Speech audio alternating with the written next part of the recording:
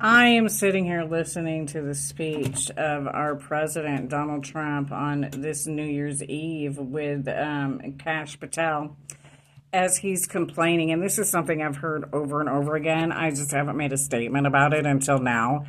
With regards to how Donald Trump feels that Abraham Lincoln was treated with regards to his presidency. For the record, Abraham Lincoln had an affair with Harriet Tubman and was very racist towards her, including forcing her to marry Willie Davies. And, Trump isn't talking about that. Do you know what religious persecution means? That right there. When you force a marriage on somebody after they have a kid with you, this is what was done to me in Cass County, or they attempted to do that to me in Cass County. Kind of like my ancestor, Harriet Tubman, and I've got blood work and documentation on this as well.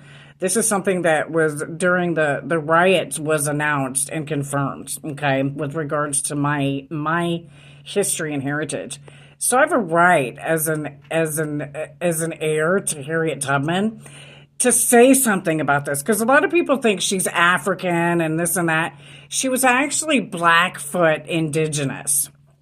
So there's no confusion here. And her bloodline comes from that of the Williams, which is that of Tupac Shakur and Afena Shakur. All of them were indigenous. Their bloodline is also included in mine, and that was documented, which is one of the reasons I received those Abraham Lincoln books that are missing from the house. Those were willed to me, okay? They were signed by Abraham Lincoln. And the reason I received them is because of the line of indigenous that comes from Harriet Tubman as a slave. So there's no confusion. So I find it quite offensive to hear Donald Trump commend Abraham Lincoln, knowing that he forced himself on Harriet Tubman. And then after getting her pregnant, which is similarly what happened to me, except for the state tried to force my rapist on me and make me be with him, which is very disgusting. This is very similar to what happened with Harriet Tubman, except for it is documented that Abraham Lincoln was the father of her child. So there's no confusion here. And I am of that bloodline. So again, I find it quite offensive that Donald Trump thinks that Abraham Lincoln was one of the worst treated presidents in the history of our country, considering what he did to Harriet Tubman and what he did to our indigenous people, where the Constitution is considered, and where our Civil War happened, with him purposely excluding our Native American people from being free in our Constitution. And so I find it quite offensive that Donald Trump, especially being having a daughter with one of the Fitzgeralds, which is my people, okay? I'm full-blooded indigenous, and I'm a full-blooded Fitzgerald, okay? So because of this, and because of my true Native American heritage, I find it quite offensive that Donald Trump would say that he sided with Abraham Lincoln, knowing the truth and the history with regards to him and Harriet Tubman.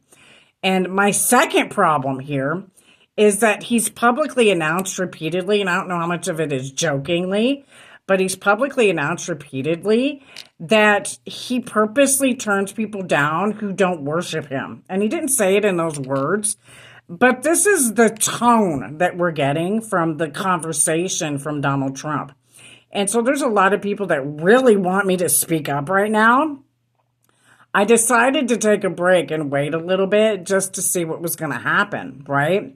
And so in the course of this, you've had a lot of people that have come forward, including the girl that's been identity thefting me, that stole money that was donated to me. She's an Uber driver, okay, apparently, from what I'm gathering, because she's now trying to claim that she wrote my dozer. So I'm having a problem here with this situation with regards to the medical marijuana rescheduling because Donald Trump is not the one who put it forward and he's not allowed to change it. So he cannot just assign somebody and claim that they wrote something that Tina Michelle Erickson, knowingly wrote. Okay? That's called plagiarism.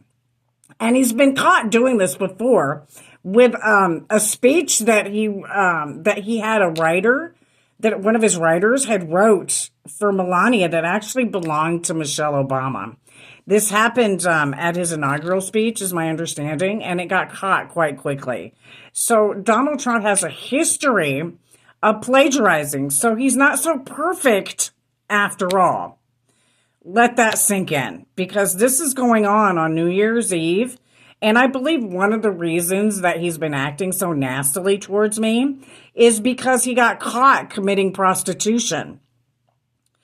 Let that sink in, because that's a crime. He admitted it in the Anderson Cooper interview that he did, where he had said that he paid the girl to have sex with him in a contract. That's contractual prostitution. It's against the law. And it's also adultery, according to our Constitution, which is religious persecution. And we need to talk about this because he's allowing people to sleep around in his administration and cheat on each other and get away with it because he still has an attitude for getting caught himself. So even though he's not committing adultery right now, he's allowing people in his cabinet and in his administration to commit adultery while he's turning a blind eye to it, which is collusion. To me, it's considered rape under the Constitution because it violates my right to religious freedom when he knowingly allows somebody and then allows them at his hotel knowingly to sleep together, knowing they're married to other people. That's called rape. Because that person's body belongs to their spouse. So it is rape. And when you help a person do that, it's called collusion. So we're all on the same page here. And this is what we need to be prosecuting so we can get some of these crime numbers down. So when you go after things in that perspective, it changes the crime numbers because it changes our standard. We want to get back to the Constitution, which includes prosecuting people for stuff like adultery.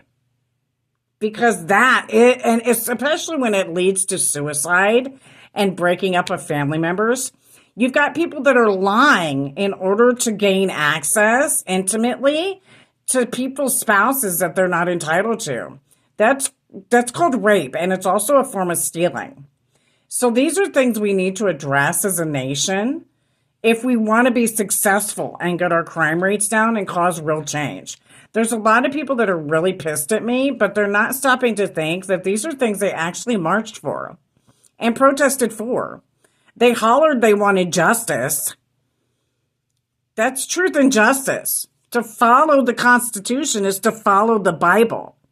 We're a Christian-founded country. Let that resonate. Have a blessed day.